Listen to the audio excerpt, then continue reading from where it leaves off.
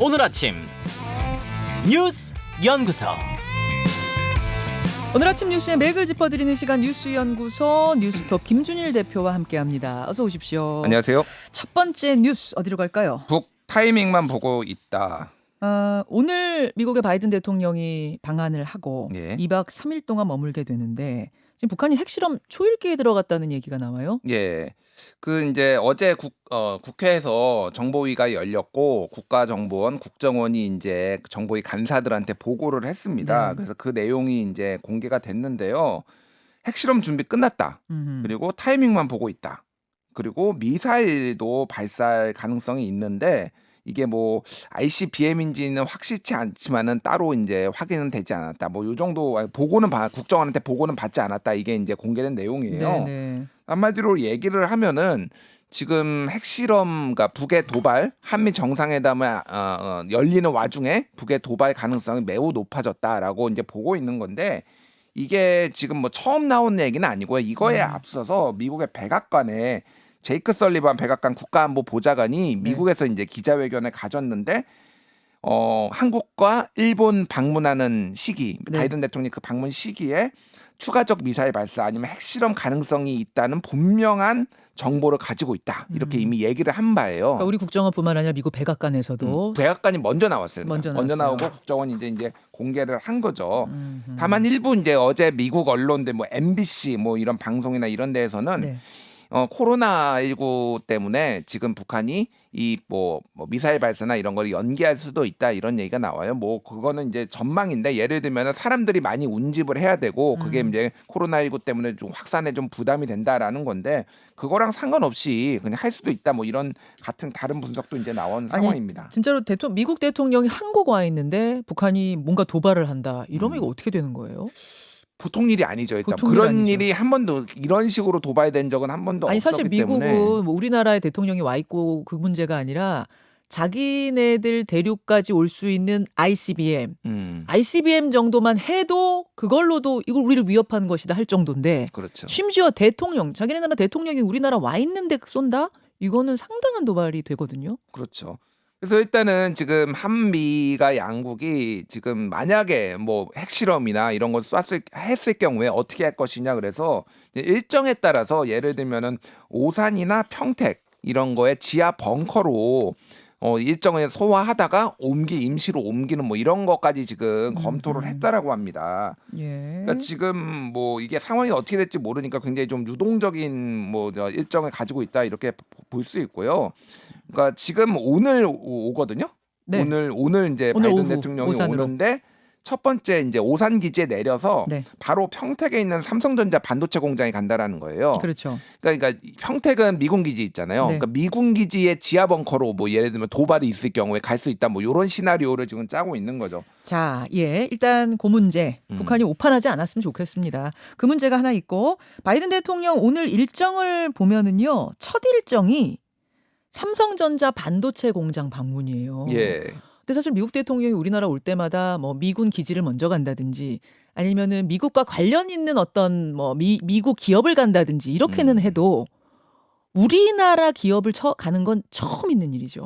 그렇죠. 이건 뭐 거의 유례가 없는 일인데 그 정도로 이번에 이 방문의 성격이 어떤 것인지를 한마디로 하면 한미동맹 강화에서도 공급망 어떤 가치 사슬을 강화하는 이런 그런 동맹까지 강화하는 것을 지금 목표로 했다라는 거를 이제 명확히 보여주고 미국이 반도체 미래 패권을 위해서 경제 패권을 위해서 네. 반도체에 관심을 가지고 있다라는 거를 명확히 보여준 거죠. 그래서 여기에는 이제 이재용 삼성전자 부회장도 배석을 하고 윤석열 대통령도 이제 같이 가는 걸로 알려져 있어요. 예. 그 내일은 바이든 대통령 현충원 갔다가 예. 한미 정상회담 열리고요.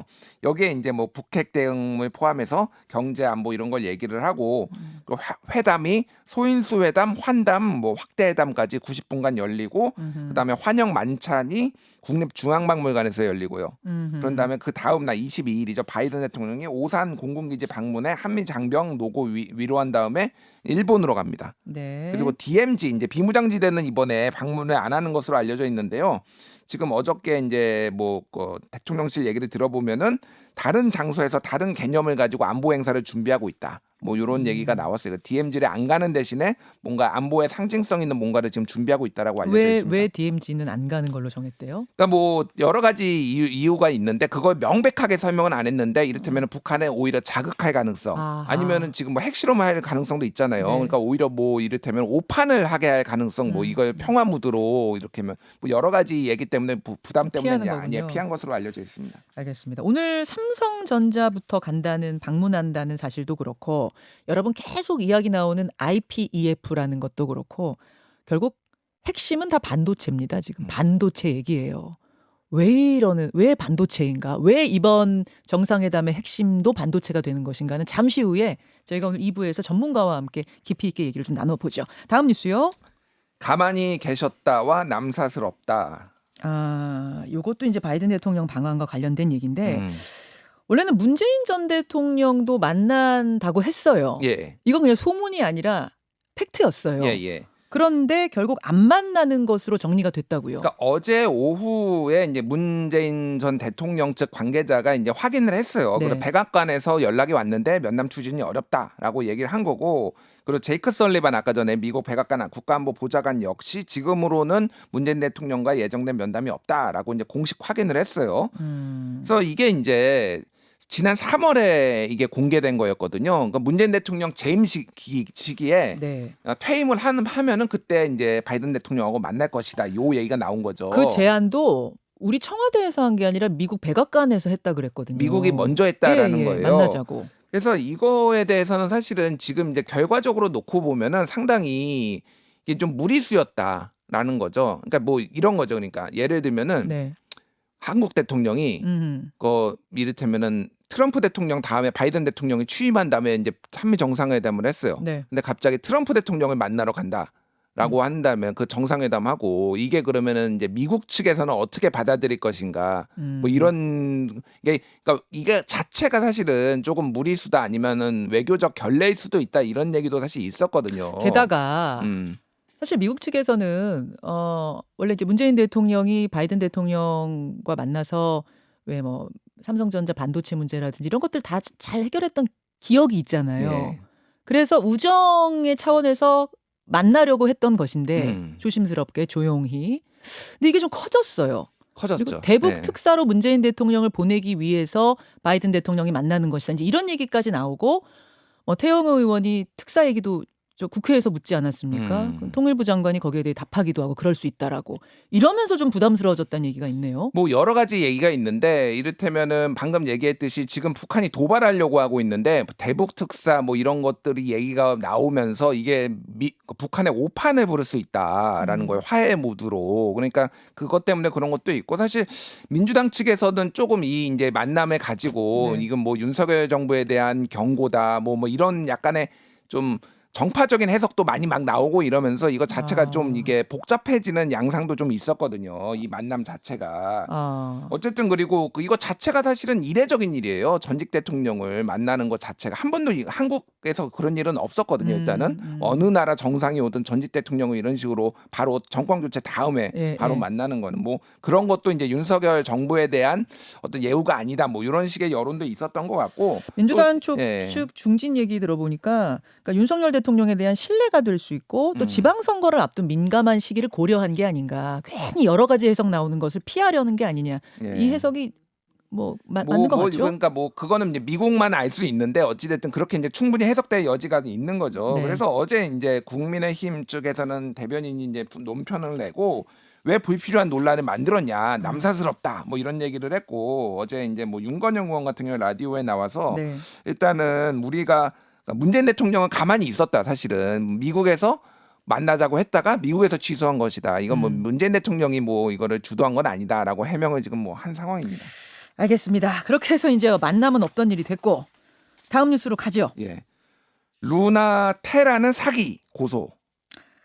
뭐 사실은 이제 우리나라뿐만 아니라 뭐 세계를 흔들었죠. 이 루나 쇼크, 루나 코인 쇼크. 결국 우리나라에서도 고소가 이뤄졌네요. 예.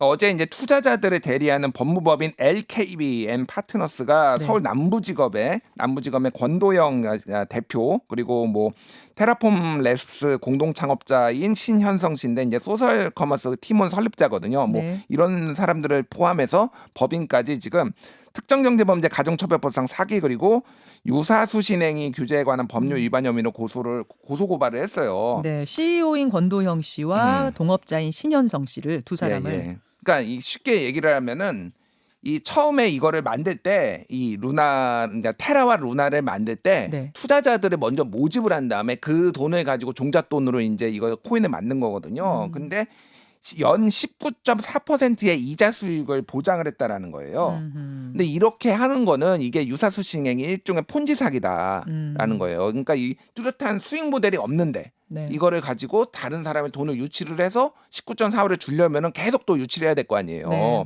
그러니까 이런 방식이 전형적인 폰지 사기고 알고리즘 설계 오류가 분명히 있었는데 이를테면 그 스테이블 코인이라고 뭐 1달러와 1테라를 맞추기 위해서는 루나를 발행을 해가지고 뭐 이런 것들을 소각을 하고 아니면 발행을 하고 이런 시스템 자체가 분명히 문제가 있는데 이거에 대해서 충분히 설명을 하지 않았다. 이게 사기라는 거예요. 그러니까. 두 가지 측면. 예. 원래는 그러니까 스테이블 코인이 안정적인 이 스테이블 코인이란 게 세상에 루나 코인밖에 없었던 건 아니잖아요. 그렇죠. 근데 많아요, 여러분. 스테이블 코인이 뭐 이전적으로 그런 거 많은데 대부분 그 스테이블 코인들은 담보를 가지고 있어요. 그러니까 1 스테이블 코인당 1달러씩을 예치해 놓는다든지 뭔가 이런 좀 손에 잡히는 담보가 있는데 이 코인 같은 경우에는 루나 코인, 자기네들이 만든 루나 코인이 담보였단 말이죠. 그렇죠. 그런 것부터가 일단 폰지 사기 가능성이 있다는 이야기고 게다가 알고리즘 자체에 오류도 있다는 지적이에요. 뭐 이제 그런 주장이 나온 거죠. 그래서 이거는 실제 이제 수사를 해봐야 되는 건데 처벌 가능성에 본다라면 이거는 진짜 알 수가 없습니다. 네. 그러니까 이게 정말로 알 수 사기에 없어요. 해당되는 건지 아닌지 이런 것도 이제 알 수가 없는 상황이에요. 왜냐하면 저희가 얼마 전에 전문가 한 분하고 이야기했잖아요. 근데 음. 그분 얘기는 만약 이게 사기가 되면 전체 코인판 전체가 사기다. 그래서 이게 아마 법적으로 가늠하기 쉽지 않을 거다. 이런 얘기 하시더라고요. 그런데 최초의 투자자 모집, 이를테면 코인을 판매한 거, 발행해서 판매한 거는 사기가 아닐 수 있어도 네. 예를 들면 투자자 모집에 과도하게 이를테면은 뭐 이자 제공이나 뭐 이자 제공 이런 거? 것들은 그러니까 될 수가 있어서 그러니까 여기 법무법인에서도 그쪽을 이제 걸고 넘어간 거예요. 알겠습니다. 그러니까 그런 부분이 있는데 문제는 테라 지금 이 권도영 씨가 새로 코인 발행해 가지고 이거 손실 메꾸겠다라고 해서 지금 그 발행이 눈앞에 있거든요. 그러니까 다른 코인을 또 만들어요. 다른 코인은 또 루나 만들겠다. 예, 루나 2 같은 거예요. 그게 그래서 지금 더 피해가 커질 수 있다. 이런 우려가 굉장히 지금 나오고 있는 상황이에요. 지금 한동훈 법무부 장관이 다시 부활시킨 그 증권범죄합동수사단에서 예, 1호 사건으로 이 루나 사건을 들여다본다는 거 아닙니까? 그렇죠. 그렇죠. 예. 그래서 더 이 루나에 관심이 가고 있는 시점입니다. 여기까지 볼까요? 수고하셨습니다. 예, 감사합니다. 김현정의 뉴스쇼는 청취자 여러분의 참여로 이루어집니다. 트위터, 페이스북, 레인보우 게시판, 그리고 단문 50원, 장문 100원의 유료 문자 샵 1212, 우물정 1212 통해 참여하실 수 있습니다. 김현정의 뉴스쇼, 여러분과 함께 만듭니다.